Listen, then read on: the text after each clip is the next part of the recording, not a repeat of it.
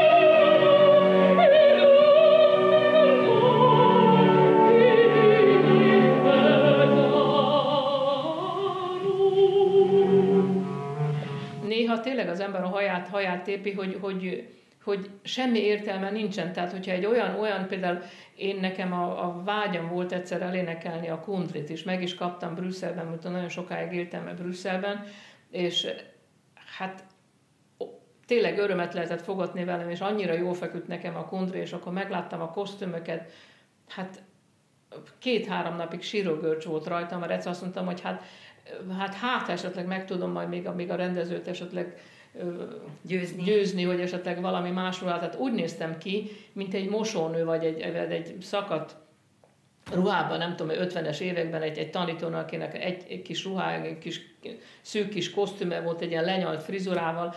Hát egyszerűen egy olyan szerepet, amit már az első, meg a harmadik felvonásban úgy néznek ki, azt elfogadom. De mint Kundrinak, akinek a második felvonásban, hogy csábítani kell, és különböző karakterek vannak benne, egyszerűen, ha nem érzed jól magad abban a kosztümben, akkor már eleve nem is tudsz úgy énekelni. Tehát sokkal több energiába kerül, ameddig te elfelejted, hogy külsőre hogy nézel ki, ameddig azt el tudod hitetni. Neves magyar rendező mondta azt, hogy azt szeretné, hogy egy énekes egy fehér papír legyen, hogy ő arra fessen. Nem minden rendező igényli az egyéniségünket, és azt hiszem, hogy ez egy nagyon nagy csapda, mert végső soron A közönség viszont hagyományos módon szereti értelmezni a szerepeket. Hogyha rád néz, akkor egy sugárzó, jelenségszerű nőt, és nem egy másfajta jelképet szeretne látni. Nagyon sokszor ugye külföldön úgy van, hogy van egy produkció, amit megcsinálnak mondjuk Pavarotti, és akkor utána még legalább 10-15 évig jönnek oda a többi énekesek, és amit a Pavarottival csináltak, ugye azt a rendező asszisztens ugye bemutatja, hogy mit kell csinálni, hova kell menni. Na most a Pavarotti ugye sokat nem mozgott a színpadon, tehát az a tenorista, aki jön, általában ugye azokat a mozdulatokat kell, hogy csinálja. Tehát, de most direkt mondjuk tenor, mondjuk például nekem be kellett állni a Hamburgban, a Tannhäuserben, amit egy nagyon nagyszerű énekesnő, a Waltraud Mayer énekelt, de ő már egy másik vékonyabb, egész más figura, egész más egyéniségű, egy olyan szikárabb, és egy olyan sportos, olyan kicsit olyan fiúsabb és nagyon intellektuális, végtelenül intelligens énekesnő, és fantasztikus, ugye, hogy az ő német anyanyelvén, hogy ezt az egész, mindent, amit énekelt, mondjuk nekem a hangja, ez a nagyon vibrátos hang nem tetszett, de viszont hát nagyon szenzációs, ahogy ugye az összes szerepét ugye értelmezte és el tudta játszani. Na most nekem be kellett állni, és ugyanazokat a pozitúrákat és mindent az ágyból itt kimászni, ott bemászni, de ami az én alkatomnak már kevésbé volt előnyös. Na most Kupfer rendeztem, de most én hiába akartam volna más csinálni, egyszerűen most ott kezdődik a probléma, hogy legyen valakinek egy ötlete, de ugyanakkor, amikor egy más személy oda kerül, akkor azt arra a személyre kellene kicsit átformálni, vagy Ez nagyon érdekes kérdés, egy személyes pozitív tapasztalatom volt. Én Nürnbergbe beugrottam egy Attilába, ami Konvisnyi rendezés volt. Ott volt Konvisnyi egyébként, ez egy replika produkció volt, körbe ment a világon. Ketten voltunk szopránok, egy nagyon telt hölgy, de ő jóval fiatalabb volt, mint én is, én egy ilyen nőies alkatú, és Konvisnyi kettőnknek különbözőt állított be. Tehát ő akkor volt arra idő, és fáradtságot vett, hogy megtalálja, hogy mi a hiteles. Igen.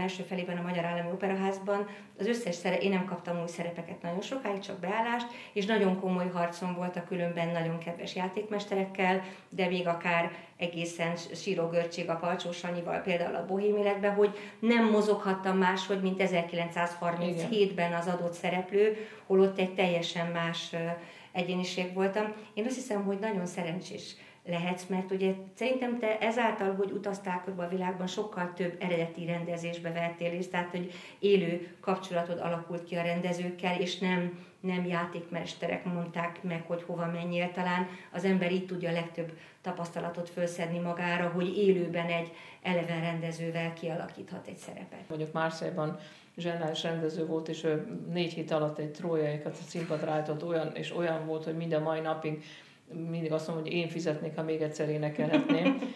Jacques Carpónak hívják a rendezőt, ez egy csodálatos ember volt, és nagyszerű rendező, és azt mondom, hogy akkor utána én rám szabja, tehát együtt dolgozunk ki a szerepet, tehát rengeteget jelent. Na most ezért mondom, hogy például néha, akik utánam jöttek például egy produkcióban, mondjuk egy hamburgi Ajdába, vagy például a Marseille Cassandrába, miután én rám lett ki, és együtt dolgoztok ki, tehát a következőnek, aki utánam jön, már nehezebb helyzete van, mert esetleg ő nem úgy fogja fel a szerepet, vagy neki azokat, ami nekem természetes volt, és nekem az belülről jött. Tehát ezt nagyon sokszor elfelejtik, hogy én hiába próbálok valaki ráerőltetni valamit, ha neki az nem jön belülről. Nagyon sok gyönyörű kolléganőm van. És nagyon sok van közöttük, aki egyáltalán nem gondolja magát szépnek. És sokszor gondolom, hogy aki viszont úgy viselkedik, hogy szépnek gondolja magát. Valószínűleg az is egy kompenzáció, és pont azért teszi, mert amúgy elégedetlen. Szerintem a nők amúgy általában elégedetlenek a saját magukkal is. Szerintem ez így van rendjén, tehát hogy csak túlzásba, tehát amikor már túlzott és károsító hatása van, akár fizikálisan, mondjuk akármi megbetegszik valaki, akkor azt nyilván akkor ezzel foglalkozni kell és kezelni kell. Bennem volt egy ilyen, de az mind a nem fogadom el magam úgy, ahogy vagyok ilyen, című fejezet. Én másmilyen akarok lenni, miért nem, stb. Miért nem vagyok vékonyabb, miért nem vagyok, stb. Találkoztál-e a munkaadók részéről extrém fizikai elvárásokkal? Hogy miért nem vagy 20 kiló, miért nem ilyen, miért nem olyan, vagy ilyenben nem volt? Nekem ilyen nem volt, tanulja voltam ilyennek. Tehát tanulja voltam egy kollégám, aki egyébként egy fantasztikus énekes nő, csodálatos hangja van. Őt mondták neki, hogy ővé a szerep, hogyha lead mondjuk 15 kilót, és hát ő egy nagyon erős nő, és azt mondta, hogy dehogy is adom le. Nekem nem mondja meg senki. És azt mondta, hogy őt ez nem érdekli, annyira nem fontos számára, de neki nem mondják meg. És ez is egy döntés, és ezt is tiszteletben tartom. Én mondjuk, tulajdonképpen, hogyha most per pillanat nem áll fenn ez a dolog, de hogyha mondjuk azt mondanák, hogy adjak le 10 kilót, én személy szerint nem venném sértésnek. Mert ha lenne rajtam 10 kiló, akkor én azt le akarnám adni. Mert nem érezném magam jól magamban, a bőrömben. Igen. Szóval, de nem ért ilyen hátrány. Egyébként meg most a színpadon mindenkit át lehet változtatni bármilyenné, szóval... Hát ezt a rendezők nem mindig osztják. De jó, hát magasabb nem leszek. Igen. De lehet a magasságot, lehet optikai csalódást kelteni azzal, hogy olyan helyes testpozíciót veszek föl, amivel azt sugallom, hogy magasabb vagyok, mint amilyen valójában. Tehát, hogy vannak ilyen trükkök. És gondolom, hogyha neked ilyen negatív visszajelzésről se kaptál, akkor tulajdonképpen te egy ilyen rugalmas típus vagy, és nem okoz problémát különböző metamorfózisokon átmenni színpadon, sőt esetleg akkor ezt kifejezetten szereted. Igen. Volt, egy-két konfliktusom volt, de nagyon aprók, tehát amikor nagyon-nagyon kényelmetlen helyzet lett volna, mondjuk például nekem nagyon durva tériszonyom van, tehát, hogy nekem azon kell dolgoznom, hogy egy ilyen jelenet, hogy esetleg föl kell menni akkor a színpadon, akkor szóval az nekem step by step megy, mert az nem csak olyan. Hogyha valaki karriert csinál, akkor az azzal jár, hogy ugye járja a világot, és hát végül is állandóan utazik. Na most én megpróbáltam sikereim mellett, vagy a karrierem, ahogy ment, hogy valahol legyen privát életem, és 86-ban éppen érdekes módon édesapám temetése révén, ahova nem engedtek haza Magyarországra, és akkor azt mondtam, hogy mindegy, hogy hova. Úgy látszik, a Verdi Requiem sok mindenhova elkísért, hogy mindegy, hogy hova, ahol egy requiemet énekeltek apám tiszteletére, akkor oda megyek, és az Montreal volt, és ott ismerkedtem meg a férjemmel, és mind a mai napig együtt vagyunk. És ő nem szakmában, ő nekem egy nagyon jó társam, és én úgy érzem, hogy volt néha, hogy azt mondtam, hogy ez az őrült utazás, ugye ő Montrealban élt, hát volt olyan, hogy évente 8-9 hónapot úton voltam. És azért ez nagyon sok volt. Én összeszámoltam, 35 évből 22-t voltam szállodában. Abból leszámoltam az 5 évet, amit a saját otthonomban voltam Brüsszelben.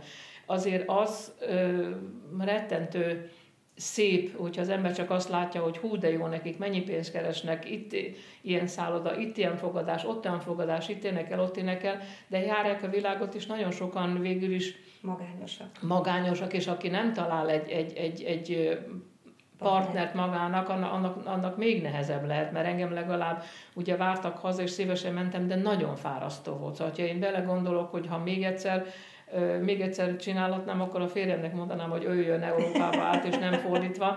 És ezáltal ugye nagyon sok minden sokszor volt az, hogy nem is tudtam elvállalni esetleg egy beugrást, vagy valamit, mert nem lehetett úgy átjönni Európába. De én úgy érzem, hogy amit én elértem, és amit a sorstól kaptam, az olyan fantasztikus, a sok munkának az eredménye ugye meghozta, de nagyon sokat kell azért lemondani. Úgyhogy aki erre vállalkozik, azért annak tudnia kell, hogy nem olyan egyszerű, és sajnos ugye az van, hogy nem olyan, sokszor szoktam mondani, hogy a úszóknak azért jó, mert mindenki együtt indul a körül, és aki előbb beült a célbe, az nyer. És másik oldalon szoktam még mondani azt, hogy egy teniszező, egy Federer, akit nagyon szeretek, és hogy mit dolgozik, és megcsinálja, és hány labdát üthet be a hálóba. Próbálj te egy gigsert énekelni, vagy egy hamis hangot, abban a percben a többi teljesen mindegy, hogy mit csináltál. Arra az egyre fognak emlékezni. Szóval nagyon, nagyon sokszor tényleg annyira nagyító alatt vagyunk, és a mai világban meg még inkább a fiataloknak. Előfordult, hogy Obrasztova lemondta a londoni Covent Garden-t, mert őt nem engedték ki, és akkor én beugrottam helyette, viszont legközelebb, hogy milyen a sors iróniája, 87-ben viszont, ha majd egyszer elmesélem végig is, majdnem, hogy ő túrt ki, a Metropolitan 5 előadást leénekeltem a Troubadourban, de miután őt 20 évig nem engedték be Amerikába, és végre 20 év után ugye volt a politikai dolgok miatt, tehát Amerika és Oroszország közötti ugye zárt konfliktus miatt, és pont ebben az időben, amikor én ott voltam New Yorkban, és énekeltem, és nagy siker volt minden, mégis az ő neve és az ő hatalma nagyobb volt, és engem kivettek a produkcióból utána, és ő énekel tovább. Ez a bizonyos Metropolitan után, hogy ott nagyon, még azzal a tudattal is játszottam, hogy esetleg abba hagyom, vagy öngyilkos leszek, az annyira nagy lelki trauma volt, de aztán utána végig gondoltam azt, hogy kinek szerzek vele örömet, tehát hogy tovább kellett menni, szóval mindenkinek van az életében valami törés, és érdekes módon most, hogy visszagondolok rá, milyen jó, hogy a jó utat választottam, és nem hagytam magam, hogy eltapossanak, és újból megint fölmentem. Most látod, te is, amikor beszélünk néha, mindegyikünknek van, ahol valami van, hogy valaki keresztbe tesz neked, és megpróbál, és tovább kell menni. Csak az a baj, hogy a közönség, ugye a közönség nem érti, a legtöbb ember, hogy megkérdezi, hogy hát nem énekel, hát biztos, hogy nem olyan jó, és nem értik azt, hogy nem azért nem énekel valaki, mert hogy nem jó, hanem a szisztéma valahogy azért rossz, például hogy lehet olyan, hogy a világ egyik legjobb énekesnője, az Astrid Varnai 30 évig nem énekelhetett a Metropolitanben, pedig a világot összeénekelte, azért, mert a Bingel valami miatt összeszólalkozott, és vagy valami emberi kapcsolat. Tehát egyszerűen ezt az opera igazgatónak kellene túllépni, és nagyon, nagyon tudom értékelni azokat az embereket, aki én is sokszor azt mondom, hogy én nekem ugyan nem szimpatikus, mint személy, de el tudom felejteni, hogy ő, mint személy, vagy mint kolléga antipatikus, de egy szenzációs énekes. Lásd például Pavarotti, aki egy kifejezetten egy rossz, kellemetlen kolléga volt, és egy rossz indulatú, és mindenki azt hiszi, hogy micsoda csodálatos ember, minden nem, egy karrierista valaki volt, aki a karriere érdekében mindenre hajlandó volt. Na most vannak emberek, akik mindenre hajlandók. Én nem voltam hajlandó, és én úgy érzem, hogy minden mai napig, mert ha azt mondtam annak idején, én azért mentem el, mert itthon nem tudtam úgy beállni a sorba, hogy mindenkinek itt jópofáskodjak, meg gazsolálja, kedveskedjek, stb. Meg most itt csúnya mondani, a nőiességemet kihasználjam. Szóval akkor kint is azt mondtam, hogy akkor csak úgy akarok érvényesülni, mert akkor minek mentem el otthonról. Ki vagyunk szolgáltatva azoknak az embereknek, aki éppen akkor annak az operaháznak az igazgatója. Tehát ezért lehet az, hogy például egy ilyen óriási sztár, akit most emlékeztünk, az Astrid Varnai, hogy nem tud évekig abban a színházban énekelni, mert addig, ha 15-20 évig valaki ott a direktor és neki nem szimpatikus, akkor a feje tetejére áll, akkor nem fog. Az a legfontosabb, amit elfelejt a közönség, hogy ilyenkor olyan mértékben megkérdőjelezzük azt, hogy van-e létjogosultságunk, hogy hogyha ezt meg lehet velem csinálni, hogyha te is mondod, hogy vagy én is érzem azt, hogy 6 évig nem énekeltem, vagy 10 évig nem énekeltem azt a szerepet, amiben a legjobb vagyok, és szeretnék a közönségnek adni, de nem engedik, akkor megfordul a fejembe, hogy hát egy senki nem vagyok, hát nem vagyok érdemes arra, hogy a közönségnek adjak. Én nem tudtam, hogy 30 évig nem énekelhetett a Astrid Várnai, aki a korának az egyik legnagyobb énekese volt, de talán, hogyha a közönség és a fiatalabb énekesek ezzel szembesülnek, akkor könnyebben fölkészülnek ezekre a várható csapásokra, amik majdnem mindenkit elérnek. Rengeteg függ az agentúrától. Például most a fiataloknak az elindulásban látom, hogy annak idején nekem is ugyanúgy egy probléma volt, és szerencsém volt, hogy akkor engem, ezt is mondom így vízből, hogy kiszúrt magának a Hilbert, és akkor futtatott, és utána egy valaki ott is egyszer keresztbe tett, és onnantól kezdve el kellett, hogy felejtsen engem. Ez is egy emberi rossz indulat volt, de el kellett, hogy fogadjam, mert mindig azt mondom, hogy nekem ez volt megírva, ez volt az én életem. De valami miatt mindig van, hogy amikor vannak ilyen rossz periódusai az életben az embernek, akkor mindig azt mondom, hogy örülj, hogy ennyi is már volt, dolgozz tovább, csináld, és valamikor megint valami véletlen folytán valami fog jönni. Versenybe kerülsz. Igen, és ez nagyon érdekes, csak ez a baj, hogy én miután nekem ugye nagyon sokáig kisebbségérzésem volt, mert úgy éreztem, hogy nem szeretnek, meg nem akarnak, ugye lásd a Mikó, emlegetek, és egy nagyon jó ember volt, soknak segített. Én nekem pehjem volt, de én azt mondom, hogy ugyanakkor meg végül is neki köszönhetem a karrieremet, mert egyszer valaki viccből azt mondta, amikor a Don Carlos csináltam, amikor hazajöttem 86-ban először, na ezt is jó kiutalt a világ karrierbe.